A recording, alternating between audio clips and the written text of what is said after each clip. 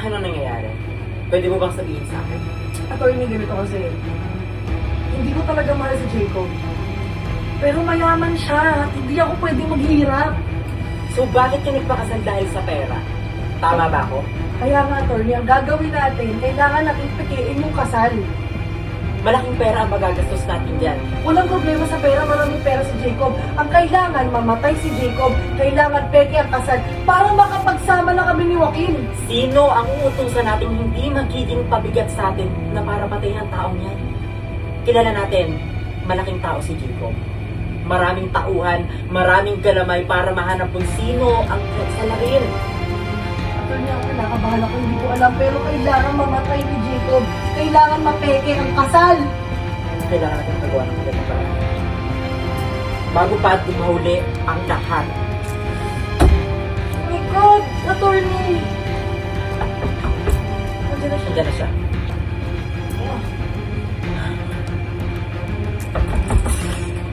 Sinabi ko na, di ba, buksan niyo ang pinto? Bakit ang tagal? Jacob, nandito ka na pala. Ito nga pala si attorney, kaibigan ko. I'm attorney, Dino. Ako ang attorney ng asawa. Anong nababalitaan? Na pineki mo daw ang kasal nating dalawa. Huh? Wala akong ginagawang ganyan, Jacob. Sumagot ka. Huwag kayo magsakitan. Pwede natin ito pag-usapan sa tamang paraan. Pero wala akong ginawang ganyan. Tanungin mo si attorney.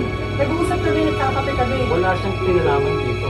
Ikaw may problema. Sabihin mo sa akin, bakit mo pineki ang kasal natin?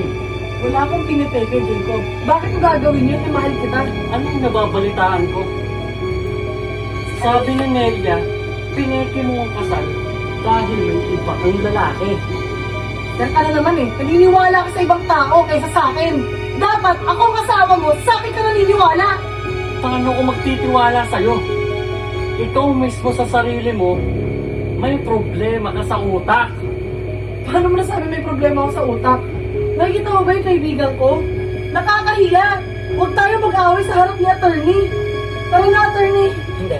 Kailangan natin mapag-usapan ito. Ano bang gusto mong iparating na niloko ka ng asawa mo? Na binekay niya ang kasal para ano? Para maging tama ang hinala mo na marami siyang lalaki? Attorney, hindi mo naiintindihan. Di ba ang gusto mo ay mamatay ang tao ito? Well, eto na. Ikaw! Attorney! Bakit? Para wala ng problema. Magagawa mo na lahat ang gusto mo. Lilipat ako ng ibang bansa para matapos ang issue na to. Ano gagawin natin sa bangkay niya?